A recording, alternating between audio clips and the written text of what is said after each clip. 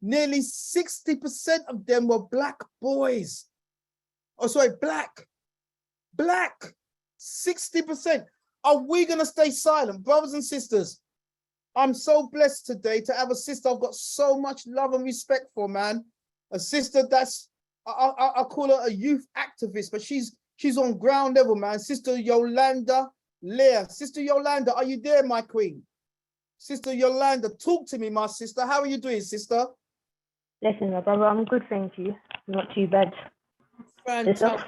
I'm good, my queen, especially having you here. Brothers and sisters, this is Sister Yolanda. Beautiful sister. I've seen her, met her on several occasions, always doing the work of what we call a true activist in our community. Sister, before I go any further, sister, welcome you to the Hidden Truth for the very first time. Thank you for having me.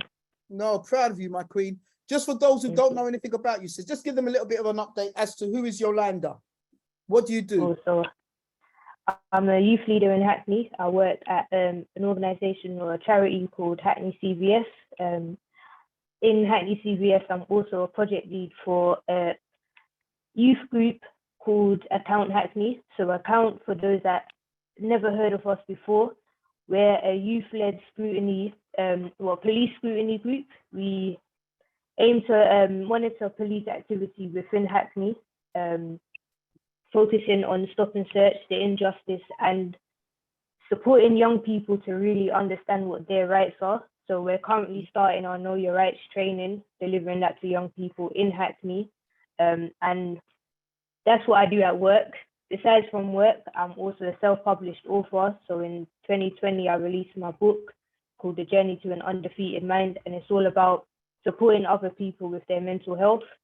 And wow. Thank you. As of recently, I've also set up my business as well. So off the back of my book, I wanted to do more to be able to support people with their mental health and just build up resilience and a positive well-being. Definitely. Oh, wow, sister, you are amazing, sister. You are absolutely amazing. Now, I remember that when Schoolgirl Q came into limelight, I remember seeing you on the TV and you was one of the voices of the youth standing up. My sister, please let us know, what's your views and where do you see us going forward on this, my queen? My initial views is that I'm shocked, but I'm not shocked at the same time, if that makes sense. Like, because I'm born and raised in Hackney, I probably lived maximum like 2 years in other places, but I've seen firsthand how the police treat people from our community, young and old.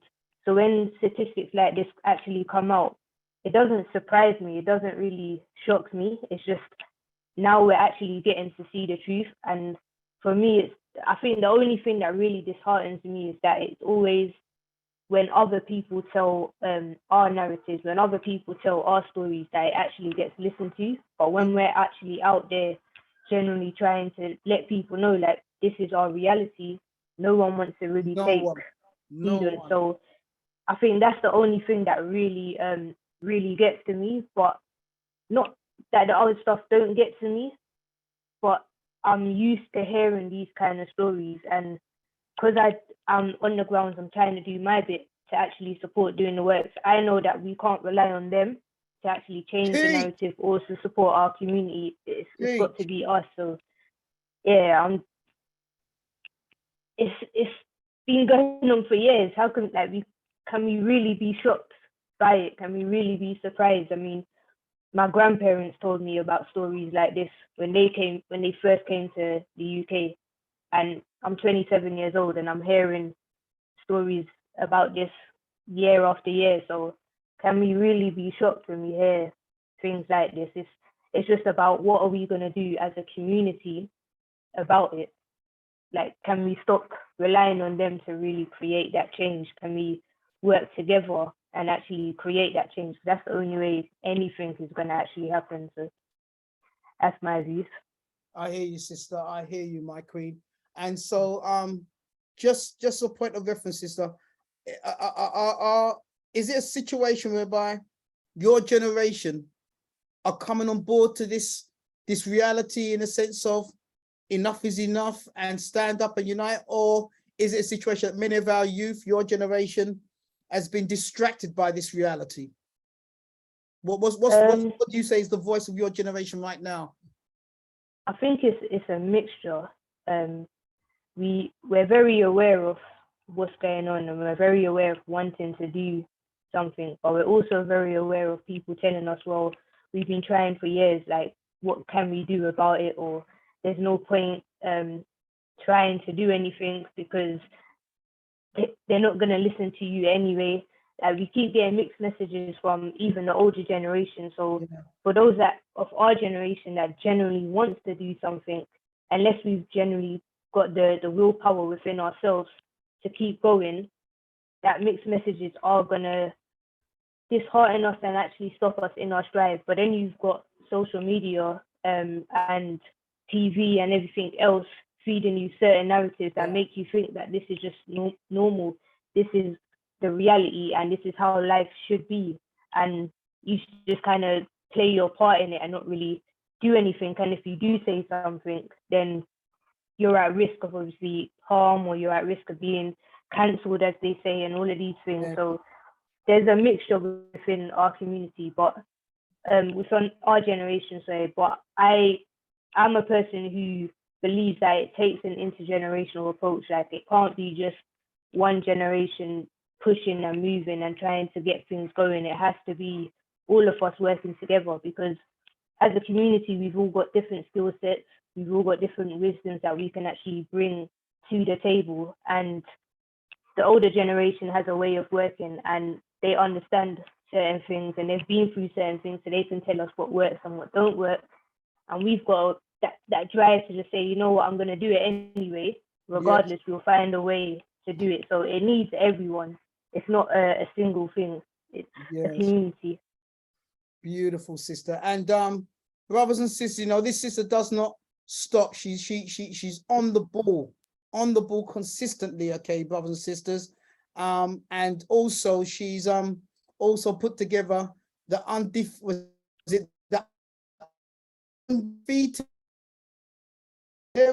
What's that, sister? Not too good. Are you there, the undefeated ballers?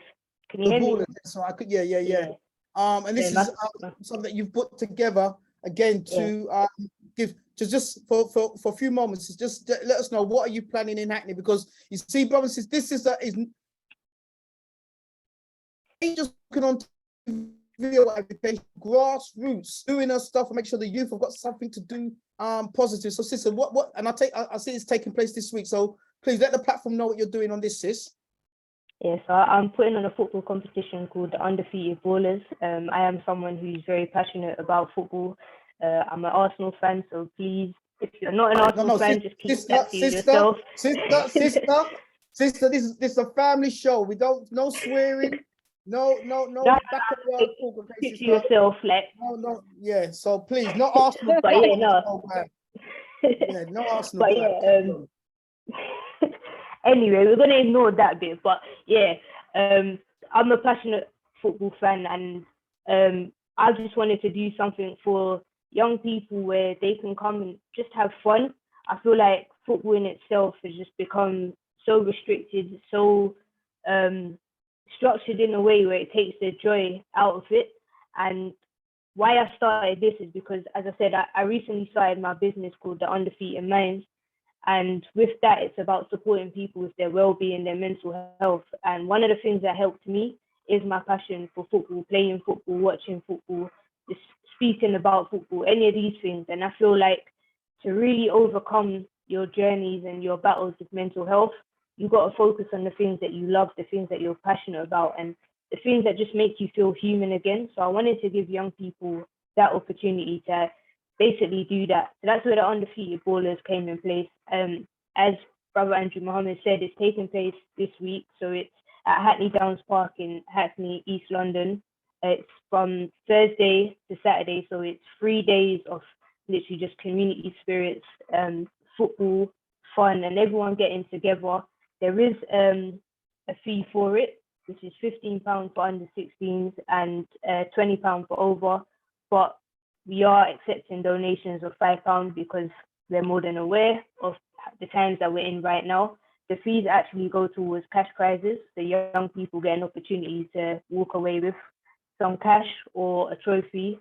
It's a two-part tournament. So the first part is just mini competitions. Everyone has a chance to showcase their skills as individuals.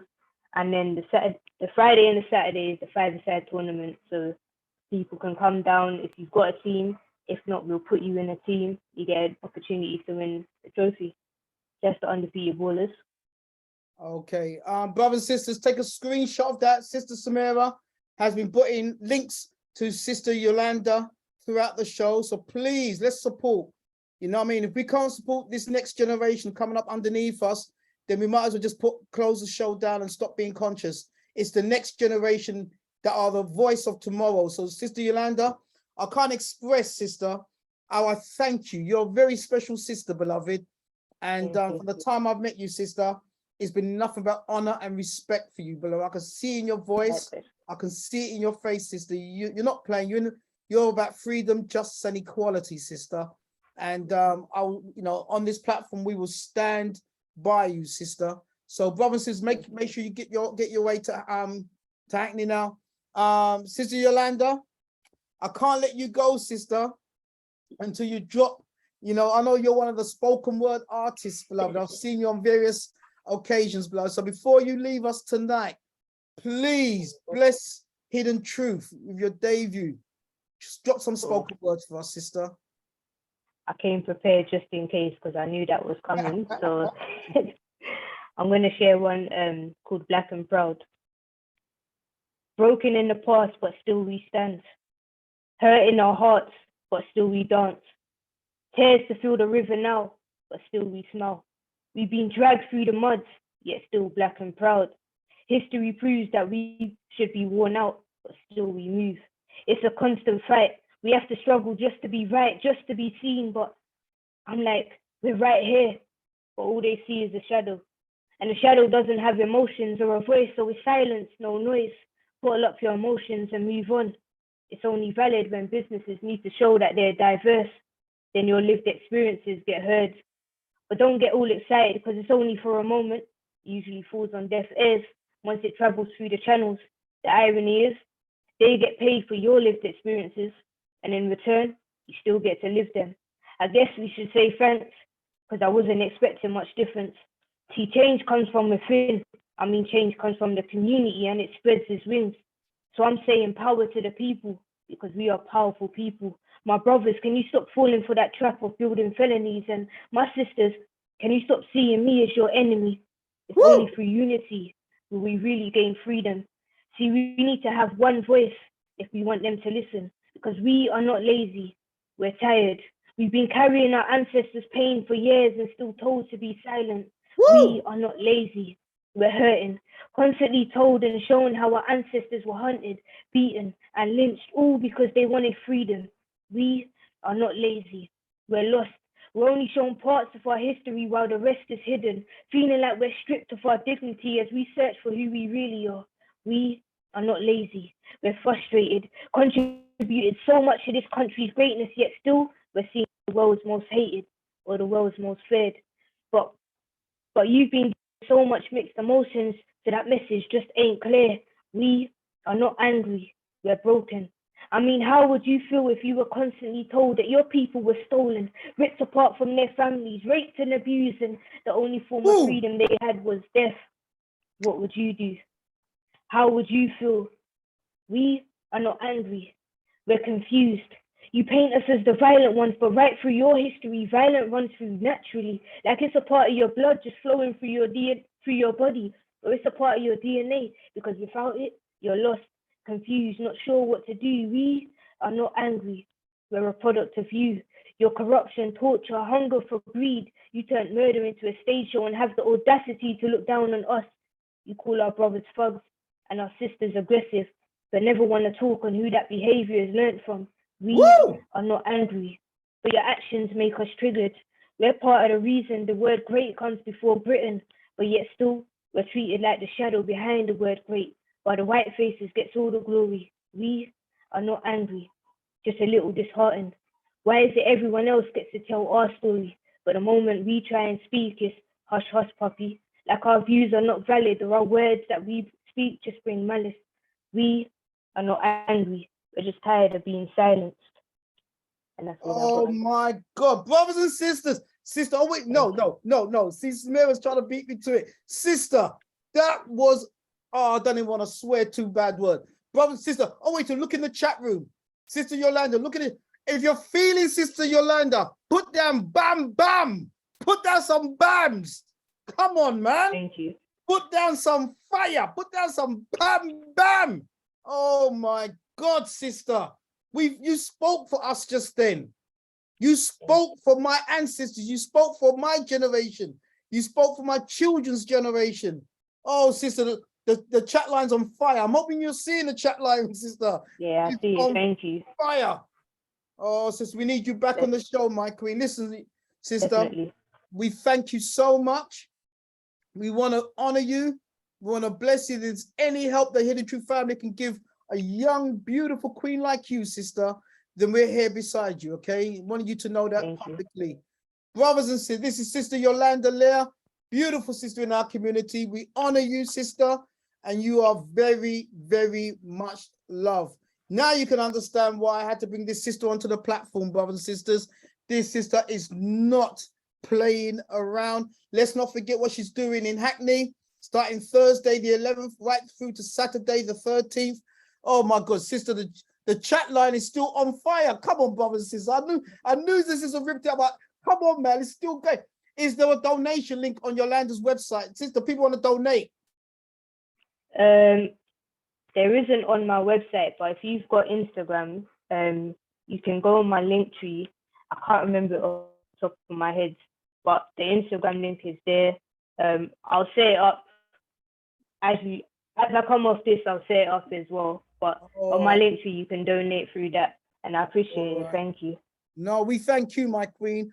As I said, on Hidden Truth, this is one platform, sister. Believe me, sister. This is one platform. We don't just sit down and clap hands. We really do move as an army on this platform, and we support especially great people like yourself in our community. And yeah, no, we appreciate you, sister. Please let us thank you, sister. Let us thank you today. You've done that work and you've shown your colors. Brothers and sisters, Sister Yolanda, people are still coming through the door. Sister Yolanda, thank you so much.